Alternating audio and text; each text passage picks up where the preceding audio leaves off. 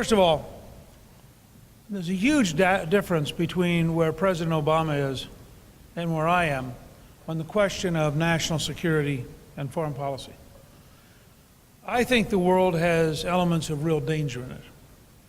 I think there are people out there who would like to kill us if they could, and there are other people out there who would be willing to not kill us if we just did what they wanted. But that we have to recognize that there are genuine, real threats to freedom and to the United States. And that means that we have to develop strategies designed to defeat those threats, to keep us safe and to keep us free. And I think that's a very hard thing to do. And I think, frankly, that we've had a very difficult time even talking about it. We live in an age where people expect, 10-second sound bites and 30-second commercials and debates where you get up to 60 seconds to answer the question, what would you do about China? Right. It is as dumb as it sounds. Which is why I've said I would reject the so-called debate commission this fall, because I think we've had enough of newsmen deciding what the topics ought to be.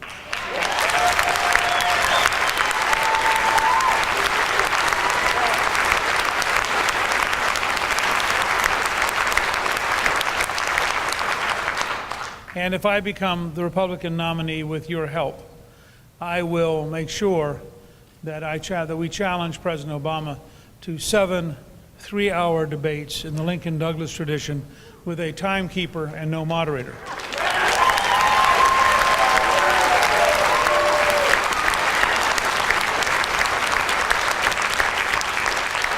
And since you jumped up, I have a hunch you're going to host a debate party every single one of the 7 nights. But here's the serious reason for doing this. It's not some gimmick. We need a serious national conversation. We don't need a campaign dominated by trash commercials, totally phony insinuations, and negativity. We need a dialogue about what's the nature of America. Who threatens us and what do we do to defend ourselves? What kind of health system do we need? How do we create jobs? What do we do about the housing problems? I mean, these are things that are a lot more than a 60-second answer. And so let me talk very briefly about what threatens us, because I think there are actually several major threats. The most immediate threat is radical Islamists. Now, I know that's a politically incorrect term which has been outlawed in the Obama administration, but that's a sign of what a fantasy life they live. The fact is, there are people around the world who, for religiously impelled reasons, are prepared to kill us. They prove it every day. And the fact is, this is not random behavior. It's not like, last week it was 3 Rotarians in Sweden. This is a radical wing of Islam, part of it's Shia, part of it's Sunni, dedicated to the idea that they can dominate the planet and that killing us is a moral good. It's fascinating that in their world, the martyr is somebody who kills you. In Christianity, the martyr is someone who is killed for God. Fundamental difference in attitude.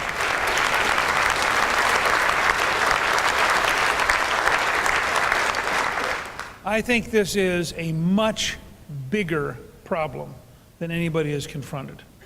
And I believe when you look at the results of the Egyptian elections, where the Islamic parties have won about 75% of the vote, maybe 80%, when you look at the shift in Turkey towards a more Islamist future, when you look at the people in Libya who seem to be getting in charge, who came out of Benghazi, which was the town that produced most of the anti-American fighters.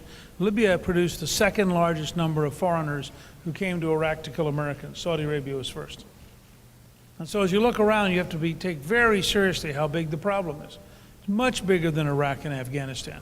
It includes the Iranian effort to get a nuclear weapon, and it includes a Pakistan which already has between 100 and 200 nuclear weapons and has, I think, a very unstable government and is really something to watch carefully because it could rapidly degenerate into a militarized Islamist state that would be very, very dangerous overnight. The second thing we have to recognize is the rise of China. China is going to become the second largest power in the world. I have a very clear bias based on the fact that I believe in freedom, and the Chinese government is a dictatorship. We have two, listen, I have two grandchildren, Maggie, who's 12, and Robert, who's 10.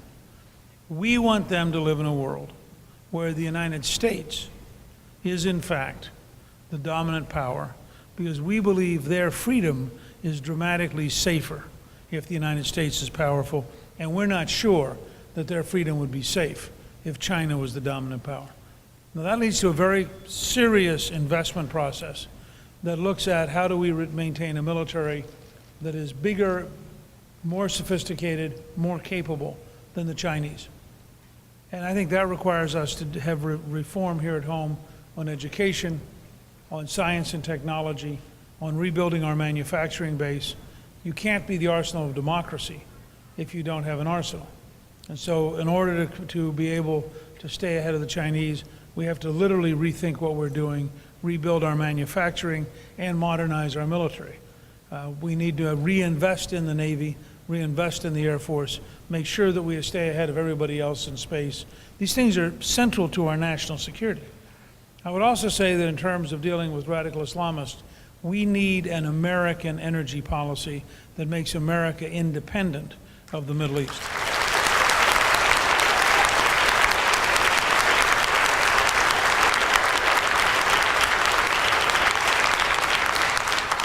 I have a very simple goal. I want the United States to produce so much energy, and in particular so much oil, that no American president will ever again bow to a Saudi king.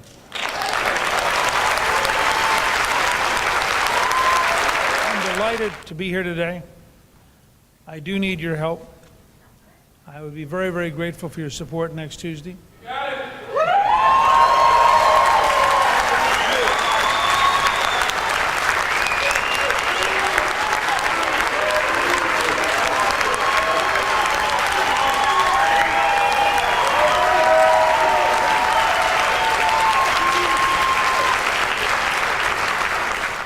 Okay, that's so positive. I'm not going to make one last pitch. What I will say instead is I hope in the next few days that you will go on Facebook, you will Twitter, you will email, you will telephone, you might even occasionally see people.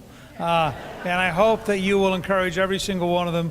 I'll be the only Newt Gingrich on the ballot Tuesday, and I would love to have your help. And Calista and I are going to come right down here, and we'd love to meet as many of you as we can in the time available. Thank you very, very much.